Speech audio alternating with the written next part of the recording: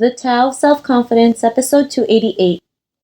Welcome to the Tao of Self-Confidence, where I share stories of amazing women who have discovered their inner journey to self-confidence. Visit our website at thetaoofselfconfidence.com. Your inner journey to self-confidence awaits.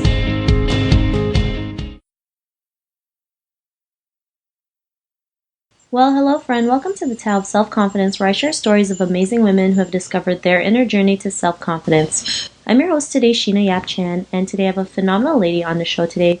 She is the CEO of Solve Education, and I'm just really excited to have her on and share her story today. And so without further ado, I'm going to introduce you to Janine Teo. Janine, how are you today? Maybe you can fill in a little bit more about yourself to our listeners.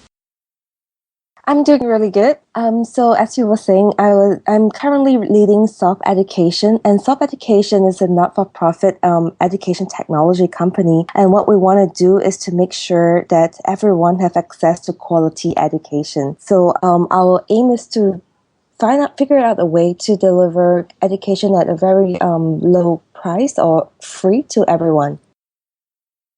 Thanks for sharing that, and I think that's a great initiative, especially, in Asian countries. I'm sure there's tons of kids who don't even get to go to school, right?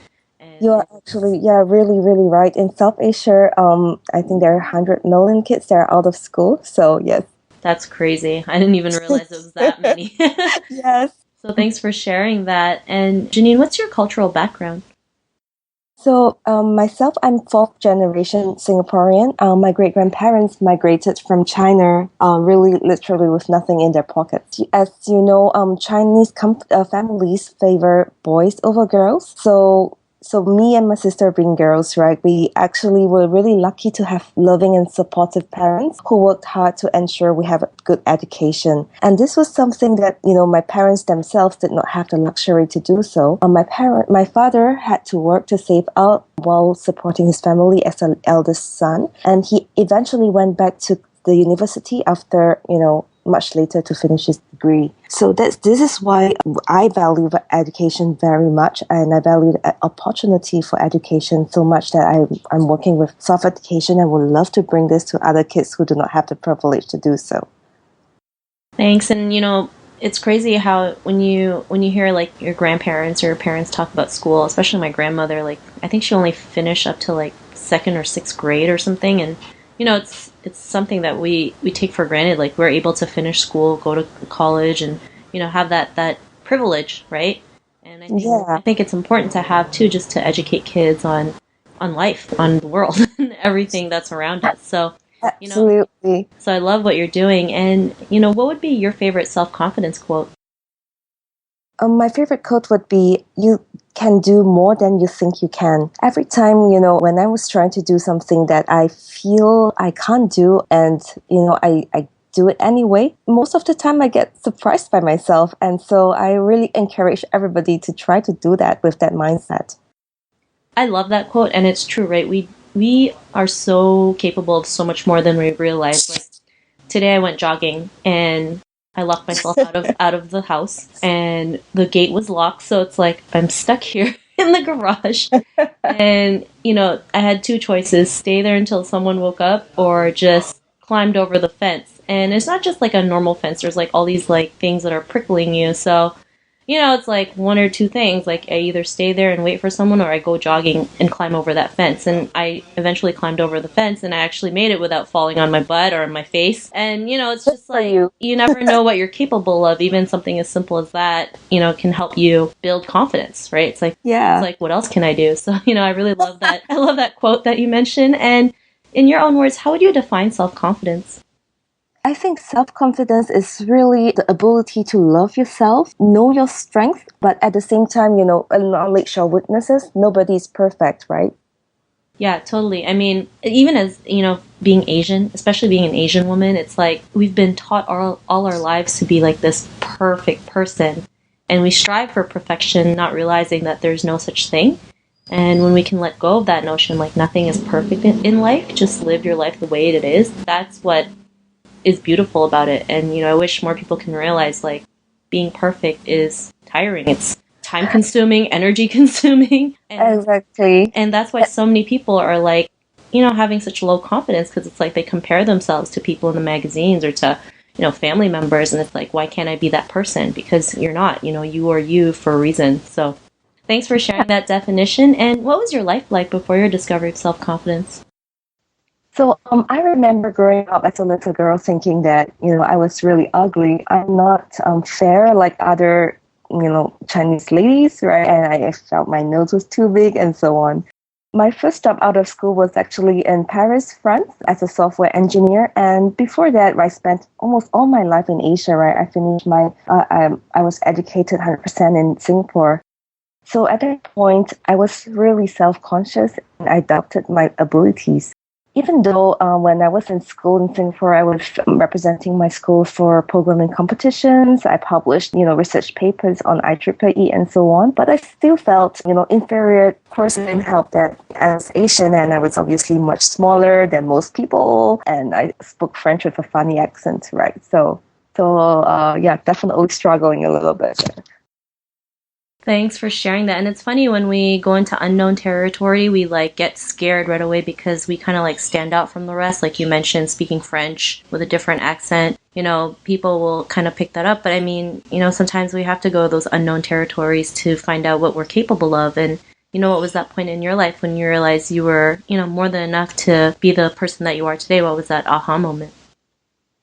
Yeah, so perhaps I was lucky that I was in a tech field where my competency is measured really clearly and, neither my size nor my accent mattered. And so with commitment and hard work, so it was evident to the team and to my boss that I was able to perform. And so since then, I never looked back. I never questioned my abilities. And actually it was funny because, earlier I was saying I was much smaller than most people. So at the start, I was trying to wear shoes that were much higher than what I could manage. So I was like, really wanting to be taller to fit into everyone's, like the environment around me. So, but now, I'm wearing flats all the time.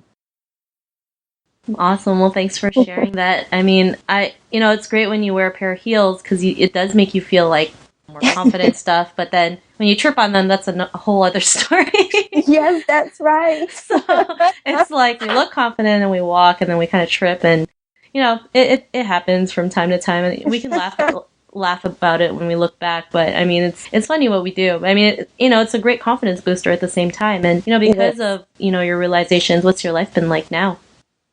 So right now, I feel in my heart that I could achieve anything I want to do. And of course, there are times that I still, doubt myself, right? But I do believe that the only obstacle that I have is my own limiting belief. So after a few years in software engineering, I followed my love of traveling, just like you, right? And jumped into hospitality. And so with hospitality, I had a really great and enriching career. I have traveled, over 40 countries, and I did really great. And I started to think about what's my purpose in life, and I wanted to make a difference and really contribute back to the society. And that's when I left the corporate career and took up this challenge to lead self-education, which is the not-for-profit education company. I believe that this combines my tech background and my experience in training and, working with emerging markets. Awesome. Well, thanks for sharing that. And it's great that, you were able to leave, something that was safe to do what you love. And I know for some people it's scary. I mean, for everyone it's scary, but, it's just feeling that fear and doing anyway just because, we have one life to live. We have to make the most of it. So, I'm glad you're able to do that. And, to the woman who's listening to your episode, she may be in her own journey of self-confidence. What would be that one tip you would give to her? So I have the privilege of leading and coaching both men and women throughout my career. And what I observed about women is exactly why we are doing this self-confidence, right? They don't have enough self-confidence to, for example, put a hand up for a promotion or go for a role that they are really interested in, right?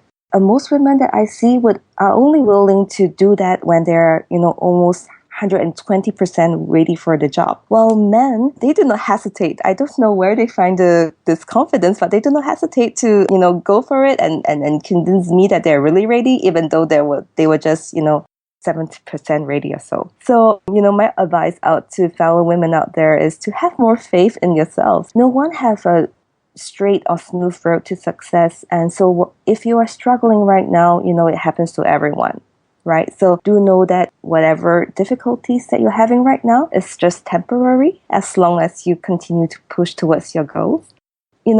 As I was saying, I still experience moments of self-doubt from time to time, even now. So do surround yourself with like-minded people. They kind of form a bubble, a supportive bubble around you, and would encourage you along the way.